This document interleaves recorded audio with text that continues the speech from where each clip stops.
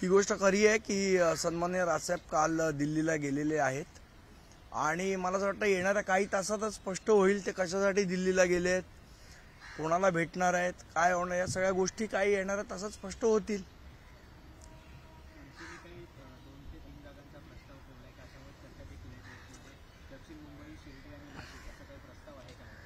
माझं तुम्हाला एवढीच विनंती आहे की सन्माननीय राजसाहेब दिल्लीला गेलेले आहेत, ते कोणाला भेटतायत, कशासाठी गेलेत, या गोष्टी येणाऱ्या काही तासात स्पष्ट होतील.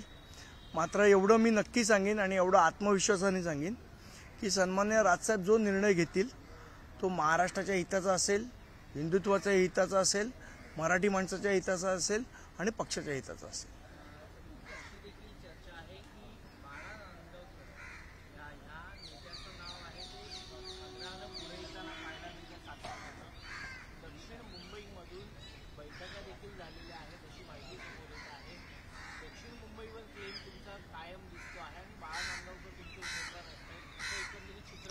असं आहे की सन्माननीय नेते बाळा नांदगावकर साहेब हे आमच्या पक्षाचे वरिष्ठ नेते आहेत.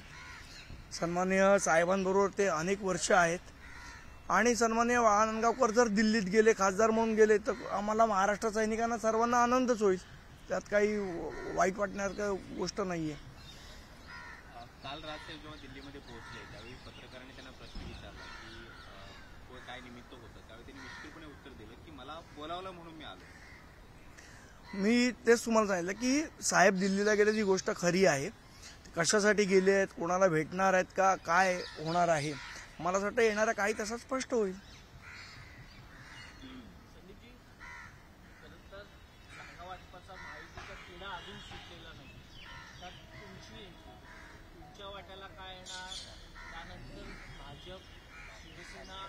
राष्ट्रवादी काँग्रेस हे तुम्हाला मदत करणार का, असे वेगवेगळे अनेक प्रश्न इकडे निर्माण झालेले आहेत.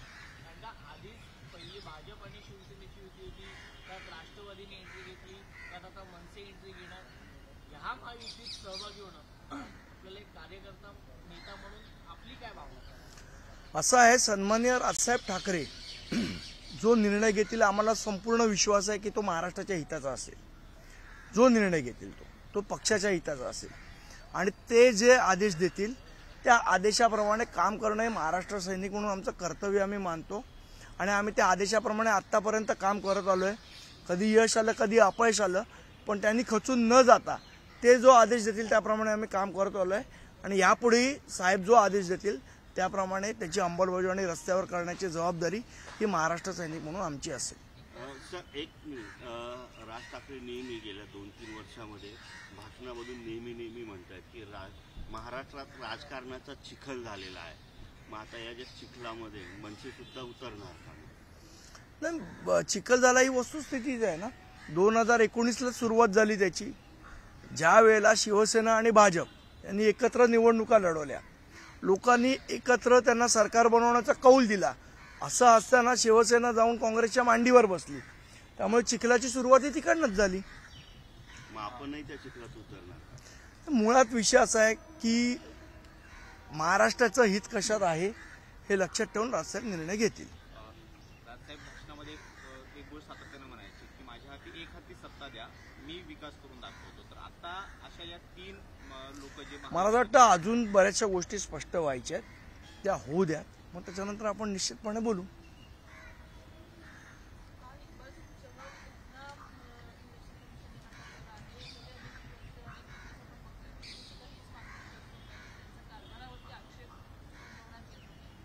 असं आहे, महापालिकेच्या बजेटच्या बाहेर जाऊन महापालिकेचा खर्च चाललेला आहे आणि ती निश्चितच चिंताजनक गोष्ट आहे. आणि मला असं वाटतं हा परंपरागत नियम आहे निवडणुकीचा की ज्या अधिकाऱ्यांना 3 वर्षाच्या वरचा कालावधी उलटलेला त्या अधिकाऱ्यांची बदली होते, ती खरं तर शासनाने करायला पाहिजे होती.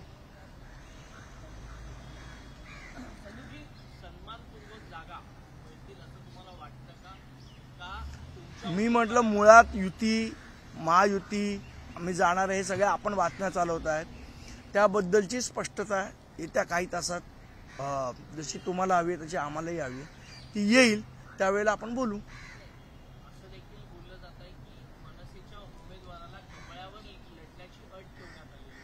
माझ्या मते अशी कुठल्या अटीची मला कल्पना नाही.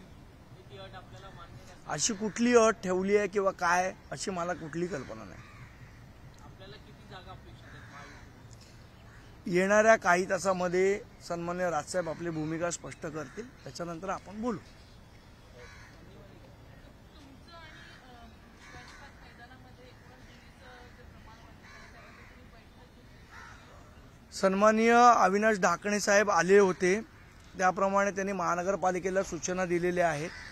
त्याच्यातनं जी माती किरण दिगावकर वॉर्ड ऑफिसर असताना आणि आदित्य ठाकरेंच्या बालहट्टामुळे जी शिवाजी पार्कवर टाकली होती ती काढण्याचे आदेश हे महाराष्ट्र प्रदूषण नियंत्रण मंडळाने वॉर्ड ऑफिसरला दिलेले आहे.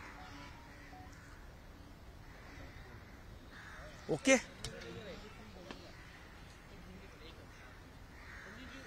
राज ठाकरे जी कल रात दिल्ली में गए हैं, ऐसी चर्चा चल रही है कि आने वाले दिनों में आप भी महायुति में शामिल होने वाले हैं. किस प्रकार का आपका गठबंधन रहेगा, क्या फॉर्मूला रहेगा और इस फॉर्मूले से आपको कितना फायदा होगा? क्या भाजपा और शिवसेना के जो कार्यकर्ता है वो आपके साथ काम करेंगे, आप उनके साथ करेंगे? क्या पूरी सोच है? देखिए, ऐसा है कि सन्माननीय राज साहब कल दिल्ली गए हैं, ये फैक्ट है. अभी वो किनको मिलने वाले हैं, क्या होने वाला है दिल्ली में, किस लिए गए हैं, ये आने वाले कुछ घंटों में स्पष्ट हो जाएगा मुझे लगता है. लेकिन मुझे ये आत्मविश्वास है कि राज साहब जो भी निर्णय लेंगे वो महाराष्ट्र के हित में लेंगे, हिंदुत्व के हित में लेंगे, मराठी आदमी के हित में लेंगे और पक्ष के हित में रहेगा. एबीपी माझा, उघडा डोळे बघा नीट.